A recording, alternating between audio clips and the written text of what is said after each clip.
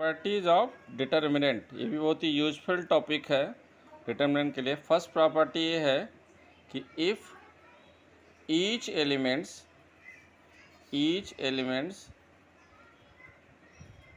Elements of a row और a column of a determinant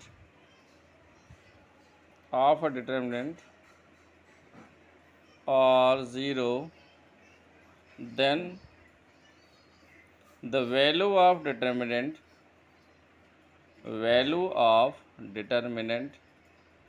will be 0, यहाँ पे example की बात करें, कहने का मतलब है कि अगर किसी एक रो या किसी एक कॉलम के किसी भी डिटर्मिनेंट के सभी एलिमेंट्स अगर शून्य हैं तो उस डिटर्मिनेंट की जो वैल्यू होती है 0 होती है। जैसे डेल्टा कोई डिटर्मिनेंट है, यहाँ पे हमने कर दिया 0 0 0, यहाँ पे कर दिया ABC, यहाँ पे कर दिया PQR।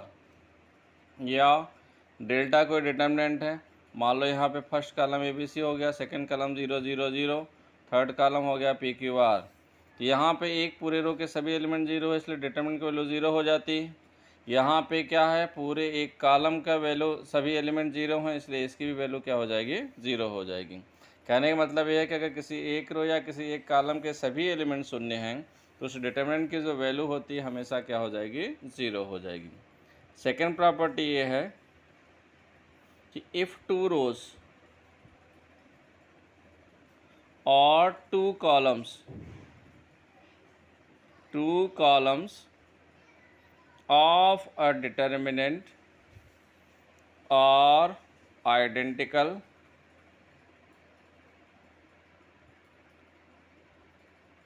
then the value of determinant will be 0। मतलब कोई टू रो या कोई भी टू कॉलम किसी भी डिटर्मिनेंट का आइडेंटिकल हो जाता है तो उस डिटर्मिनेंट की जो वैल्यू है वो भी क्या हो जाएगी, 0 हो जाएगी। एग्जाम्पल की बात किया जाए, मान लो कोई डिटर्मिनेंट हमारा ABC है, PQR, फिर यहाँ पे ABC आ जाता है, और ये कोई डिटर्मिनेंट है, मान लो ABC यहाँ पे आ गया, फिर यहाँ पे ABC आ गया, फिर आपका PQR आ गया। तो यहाँ आप देखिए टू रोज़ हमारे आइडेंटिकल हैं। ये फर्स्ट रो हमारा R1 होता, second row R2, third row R3, तो R1 और R3 आइडेंटिकल हैं। यहाँ पे first column, second column, third column, मतलब C1 और C2 हमारे आइडेंटिकल हैं, इसलिए इस दशा में भी क्या हो जाएगी, वैल्यू हमारी 0। क्यों? क्योंकि R1 यहाँ पे आइडेंटिकल है किसके, R3 के, और यहाँ पे डिटर्मिनेंट की वैल्यू 0 हो जाएगी। क्यों? क्योंकि C1 जो है आइडेंटिकल है किसके, C2 के। मतलब कोई भी टू रो या टू कॉलम्स हमारे अगर आइडेंटिकल हो जाते हैं तो डिटर्मिनेंट की वैल्यू हमारी क्या हो जाएगी, 0 हो जाएगी। इसी तरह थर्ड प्रॉपर्टी है हमारी, थर्ड प्रॉपर्टी है कि जो है if all rows changes in columns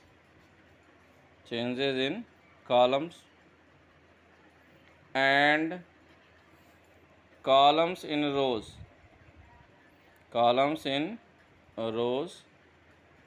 then the value of determinant remains unchanged।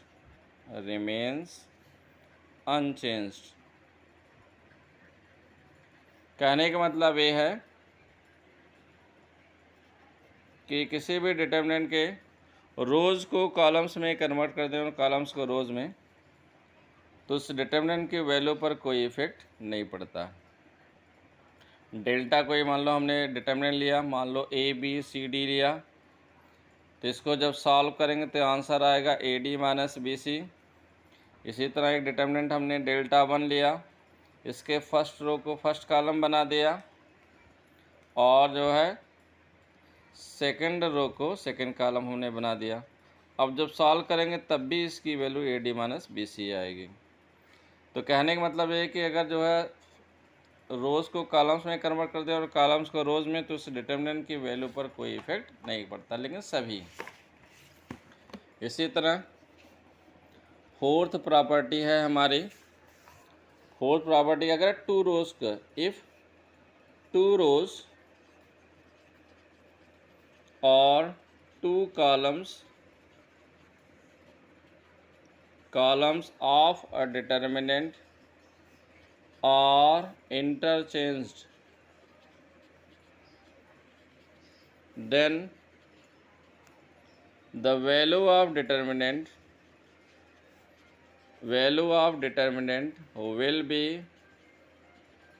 -1 times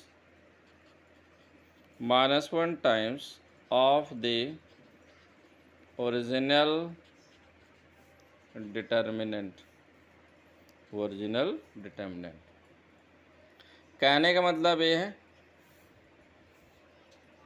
example देखा जाए कि डेल्टा कोई डिटर्मिनेंट है, मान लो यहाँ पे A2 B2 C2 आ गया, यहाँ पे हो गया हमारा A1 B1 C1, यहाँ पे आ गया A3 B3 C3। दूसरा इसी तरह हम ले लेंगे, मान लो आ गया A1 B1 C1, यहाँ पे आ गया A3 B3 C3, यहाँ पे आ गया A2 B2 C2 आ गया। अब हम इन दोनों को आपस में इंटरचेंज कर रहे हैं, मतलब R1 को इंटरचेंज कर रहे हैं हम किससे, R2 से। तो ये जो होगा नया डिटर्मिनेंट -1 टाइम्स ओरिजिनल डिटर्मिनेंट। किन्हीं टू रोज को चेंज करेंगे तो -1 टाइम्स ओरिजिनल डिटर्मिनेंट आ जाएगा। तो यहाँ पे पहुँच जाएगा A1 B1 C1, यहाँ पे आ जाएगा A2 B2 C2, यहाँ पे आ जाएगा A3 B3 C3।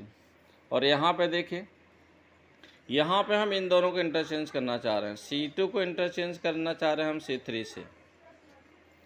तो ये न्यू डिटर्मिनेंट जो हमारा होगा -1 टाइम्स ओरिजिनल डिटर्मिनेंट हो जाएगा। तो हमारा A1 B1 C1 ऐसे रहेगा, इसकी जगह पे आ जाएगा A2 B2 C2, यहाँ पे आ जाएगा A3 B3 C3। तो ये प्रॉपर्टी हमारी है कि किन्हीं भी टू रोज़ को या किन्हीं टू कॉलम्स को अगर आपस में हम इंटरचेंज करेंगे तो जो नया डिटर्मिनेंट मिलेगा पुराने वाले डिटर्मिनेंट का जो है -1 टाइम्स, जितनी बार ये प्रोसेस लाएंगे उतनी बार -1 आके बाहर मल्टीप्लाई हो जाएगा। इसी तरह फिफ्थ प्रॉपर्टी है हमारी, फिफ्थ प्रॉपर्टी ये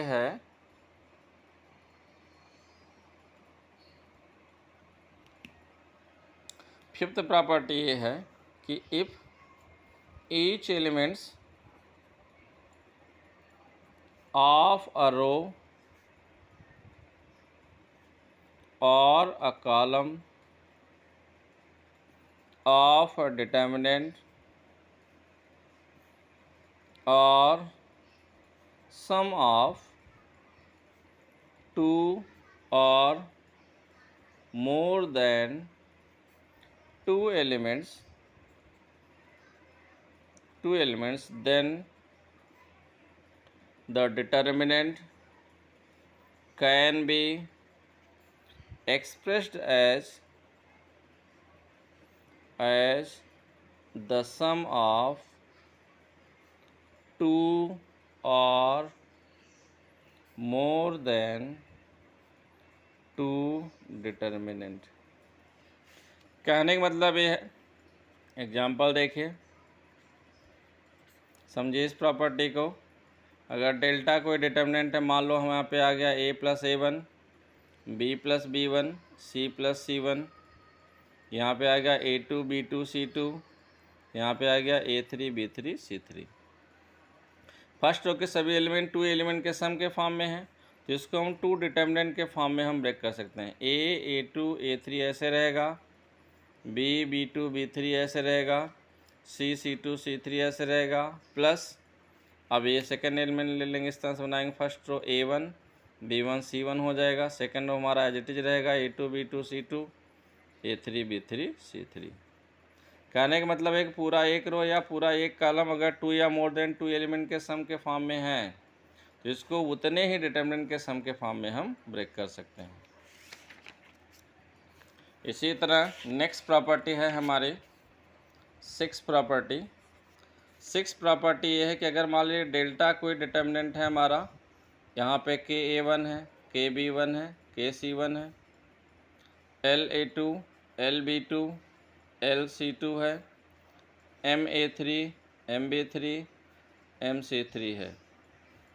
तो यहाँ पे क्या होता, किसी एक रो या किसी एक कॉलम से कॉमन निकलता, ना कि सभी से। अगर किसी भी एक रो में कुछ भी कॉमन होगा तो हम कॉमन निकालेंगे, या किसी भी एक कॉलम में अगर कुछ भी कॉमन होगा तो हम कॉमन निकालेंगे।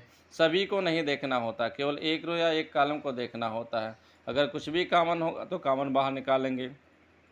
जैसे R1 से K कॉमन है तो K बाहर लिख लिया, R2 से L कॉमन है तो L बाहर लिख लिया, R3 से M कॉमन है तो M बाहर लिख लिया। अभी बन जाएगा A1 B1 C1, A2 B2 C2 और A3 B3 C3 हो जाएगा। ये भी बहुत ही यूजफुल प्रॉपर्टी है, मतलब एक रो या एक कॉलम में जो भी कॉमन दिखेगा हम कॉमन बाहर निकालते जाएंगे।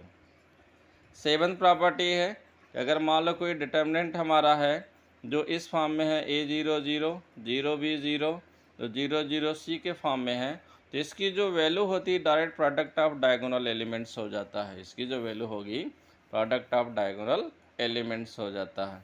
ये सब बहुत ही यूजफुल प्रॉपर्टी हैं। बाकी अपनी सुविधा अनुसार रो और कॉलम की प्रॉपर्टी अप्लाई करके जो है हम डिटर्मिनेंट को ईजी बनाते हैं, ईजी से ईजी बनाते हैं। और डिटर्मिनेंट में एक ही चीज़ ध्यान देना होता है, जितना ज़्यादा से ज़्यादा हम जीरो बना लें और ज़्यादा से ज़्यादा फैक्टर कॉमन निकाल लें, उतना ही ज़्यादा डिटर्मिनेंट हमारा इजी हो जाता है। Thank you. ज़्यादा से ज़्यादा वीडियो देखें, लाइक करें, शेयर करें। Thank you.